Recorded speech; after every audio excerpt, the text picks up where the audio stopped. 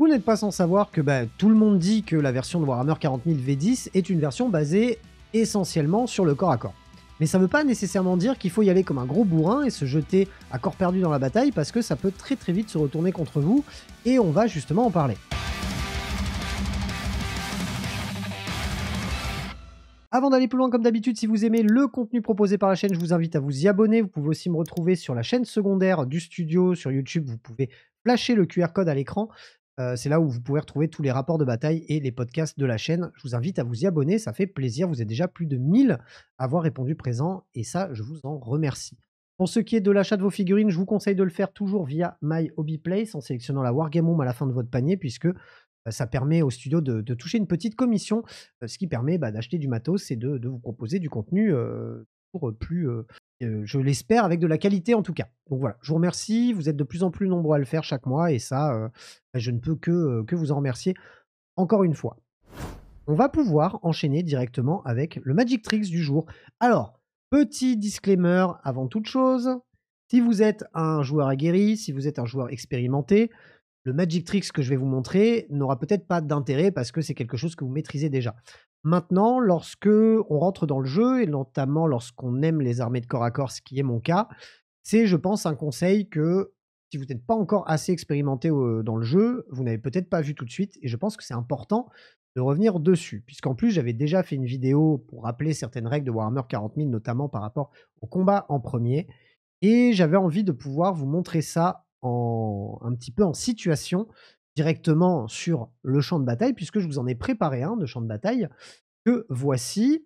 Vous m'excuserez les lumières et du moins la présentation va évoluer, j'ose espérer, avec le temps. J'ai un peu de boulot à faire encore là-dessus, mais vous devriez normalement voir ce que je veux vous montrer ici. Qu'est-ce qui se passe ici? Nous avons une unité d'intercesseur d'assaut Blood Angel, qui est une unité normale. Nous avons un Méphiston, donc qui est un personnage unique Blood Angel, qui a une capacité qui s'appelle combat en premier. Et en face, nous avons une unité de Space Marines de Blade Guard. On aurait pu prendre autre chose, hein, c'était pour vous... Je voulais vous montrer cette situation-là. Pour la simple et bonne raison que le flou artistique sur la zénitale est encore présent, je le travaillerai pour la prochaine, mais vous devriez pouvoir comprendre ce que j'ai envie de vous montrer. Pour rappel, tout d'abord, avant de vous montrer en situation, vous avez une petite incrustation de Zelda Justice. Faites des dons pour Zelda. Vous avez donc cette règle du combat en premier qui est très importante, puisque on est sur une version du jeu qui met vraiment priorité sur le corps à corps, hein. Quand même, je pense, sur une version beaucoup plus axée sur le corps à corps que sur le tir. Donc c'est important de prendre certaines choses en considération. On ne peut pas arriver avec son armée et charger tout l'adversaire avec 12 unités et penser s'en sortir sans casse. Parce qu'il y a plusieurs choses pour contrer le corps à corps. Vous avez la notion donc d'interruption de combat, c'est-à-dire que du moment que votre adversaire aura déclenché un de ses combats, vous allez pouvoir, vous aussi, derrière, pour 2 points de commandement, faire un combat. Vous avez aussi la possibilité d'avoir la capacité spéciale qui s'appelle combat en premier, qui va vous permettre de récupérer l'initiative du combat sur votre adversaire.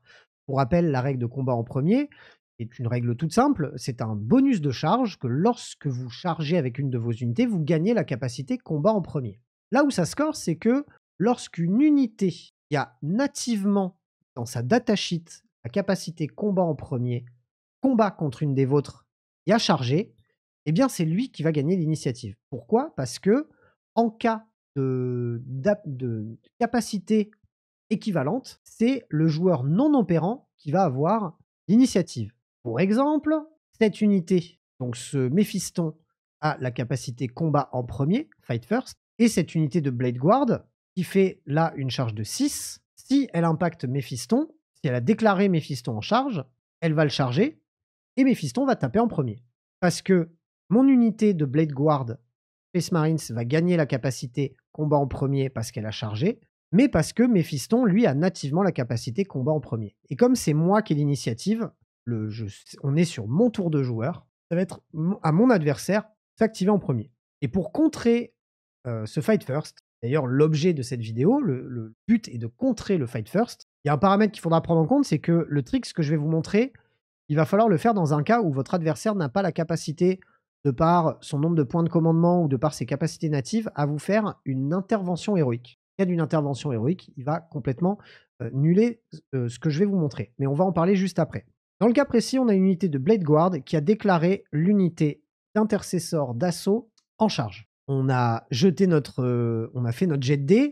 Je ne l'ai pas fait en live avec vous, les gars, parce que je sais que j'aurais jamais eu le résultat escompté. Et en plus de ça, j'ai mis l'unité assez proche parce que généralement, moi, je rate mes charges. Donc, je suis parti sur une distance assez proche. Là, on a fait donc un 6 à notre phase de charge et on a déclaré l'unité d'intercesseur d'assaut en charge. Nous, ce qu'on aimerait faire, c'est péter la gueule de Méphiston. Mais si on l'avait déclaré directement en charge, on se serait mis au corps à corps et il nous aurait tapé en premier. Et très certainement qu'il nous aurait bien pété la gueule.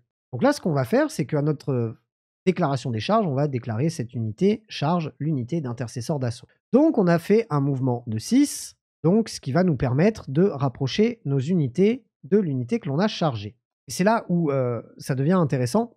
Et encore, moi je vous montre ça, et encore un pote à moi, quand il me l'a montré, un pote compétiteur que je salue, Mathieu, si tu es là et que tu nous regardes, Mathieu Saintou, que vous voyez régulièrement chez French War Game Studio et que vous voyez aussi sur la chaîne. Si tu es là, Mathieu, je te remercie de m'avoir montré ce tricks. On a fait ça pendant une soirée et il m'a montré ça avec des bouteilles de bière et c'était vachement plus rigolo qu'avec des figurines. Mais moi, si je fais ça, je vais me faire striker. Qu'est-ce qu'on va faire? La règle de charge vous indique qu'il faut, si vous pouvez socler une unité ennemie grâce à votre mouvement de charge, vous devez le faire. Donc, ce qu'on va faire, c'est qu'on va déplacer d'abord nos unités qui sont le plus éloignées de notre corps à corps de manière à les mettre socle à socle. Donc, par exemple, on va pas du tout bouger celui-ci, ni bouger celui-là. Mais on va bouger d'abord celui-là, qui va nous permettre d'arriver pile poil ici. On va ensuite bouger celui-là, qui va nous permettre d'arriver ici. Et ensuite, comme on est à un mouvement, on va pouvoir éventuellement bouger celui-là ici. Mais comme après, sur toutes nos autres figurines, on n'a aucun moyen, de par notre mouvement, d'arriver socle à socle avec une unité ennemie, eh bien on va pouvoir faire en sorte qu'on soit collé à nos unités à nous. Donc là, par exemple, on va faire un mouvement de 6 par ici, on va faire un mouvement de 6 par ici. En fait, après, votre seul but, c'est de garder votre cohésion d'unité. On va faire un mouvement. Jusqu'ici, tout va bien, les gars. On a fait notre mouvement de charge, on n'a pas encore déclaré notre combat.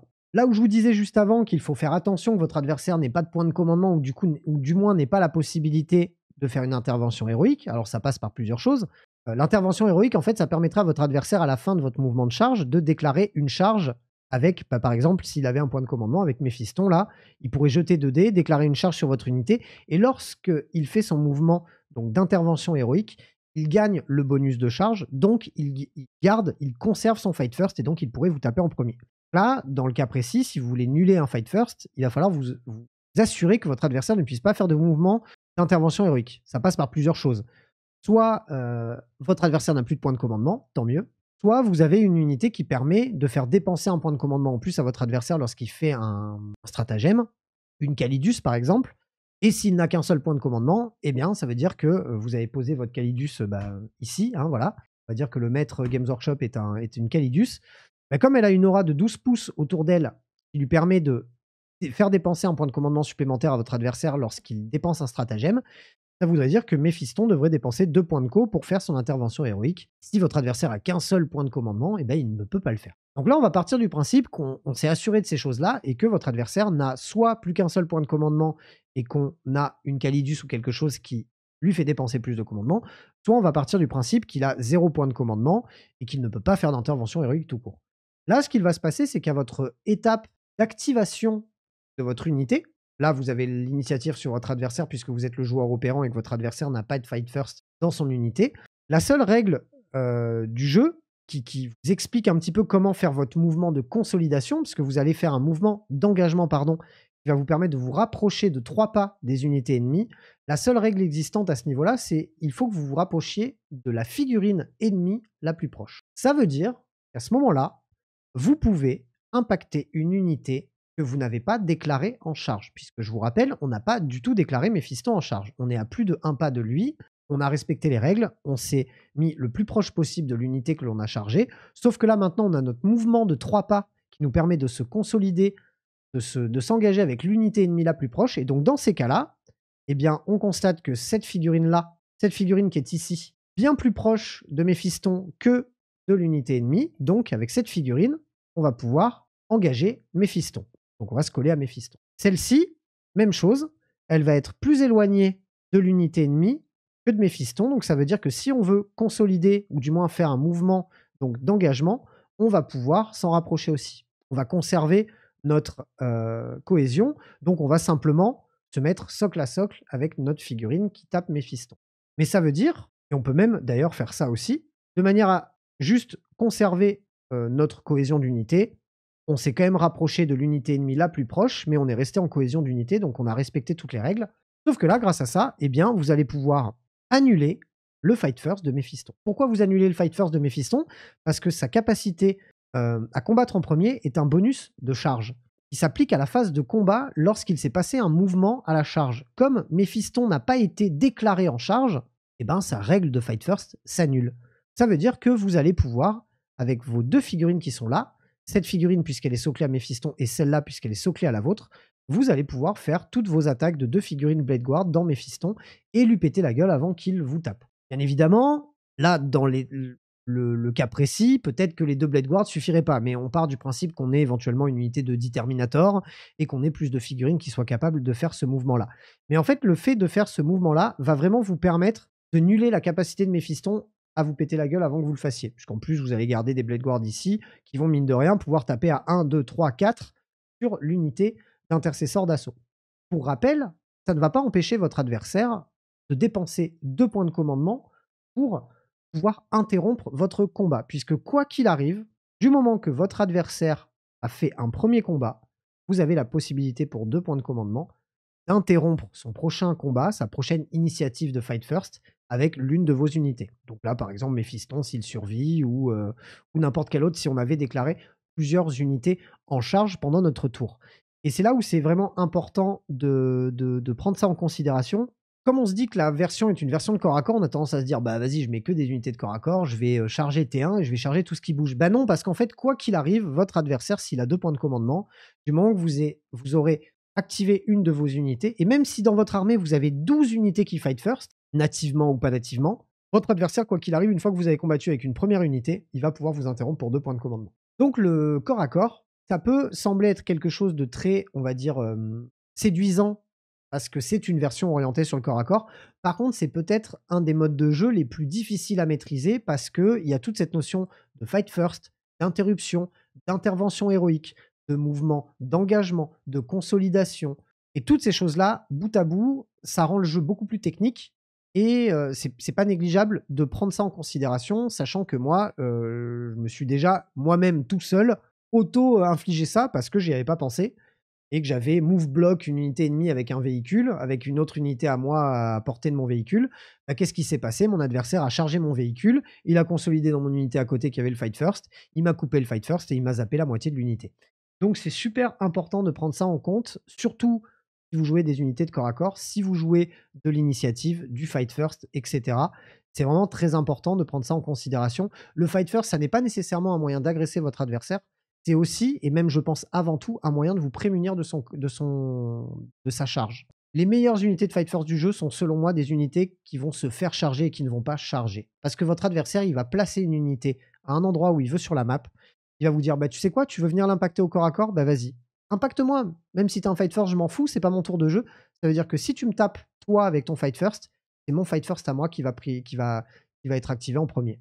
Donc je pense que le Fight First est capacité, la capacité combat en premier, est une capacité beaucoup plus défensive qu'offensive et elle est à prendre en considération encore plus lorsque vous jouez une armée full corps à corps et une armée où vous avez plusieurs sources de fight first. C'est pour moi primordial de ne pas charger avec n'importe quoi, n'importe quand et de cliquer le plus d'unités ennemies au corps à corps le plus vite possible. Non, il faut faire ça avec parcimonie et faire vraiment attention à ce que vous faites comme mouvement sur la table. On a tendance à croire que le combat au corps à corps est un truc de bourrin parce qu'effectivement, on charge droit devant et on tape sur tout ce qui bouge. Mais c'est beaucoup plus subtil que ce que l'on pense. N'hésitez pas d'ailleurs, si vous avez des conseils, à les donner en commentaire. Si j'ai pas été assez complet dans mon explication, pour moi, évidemment, c'est toujours plus clair parce que ça sort de mon cerveau. Mais peut-être que ça manque de clarté sur des choses. N'hésitez pas à me reprendre dans les commentaires. Je n'hésiterai pas à épingler votre commentaire. En tout cas, j'espère que cette petite vidéo explicative pourra vous être utile. C'est la première, avec un petit peu une mise en situation sur le champ de bataille, si je puis dire. Je vais améliorer un petit peu la qualité de ça. N'hésitez pas à me dire si vous aimez ce genre de vidéo pour que je puisse un petit peu savoir si ça vous si ça vous brancherait d'en voir d'autres, parce que bah, j'ai plein d'autres idées à ce niveau-là. Plutôt que de sortir un TTS ou de vous expliquer ça juste avec des mots, je trouve que c'est cool de pouvoir le mettre en image. J'espère que cette vidéo vous a plu. Si c'est le cas, vous mettez un petit pouce bleu. On se retrouve très bientôt pour plein d'autres vidéos. D'ici là, prenez soin de vous. Salut les robots.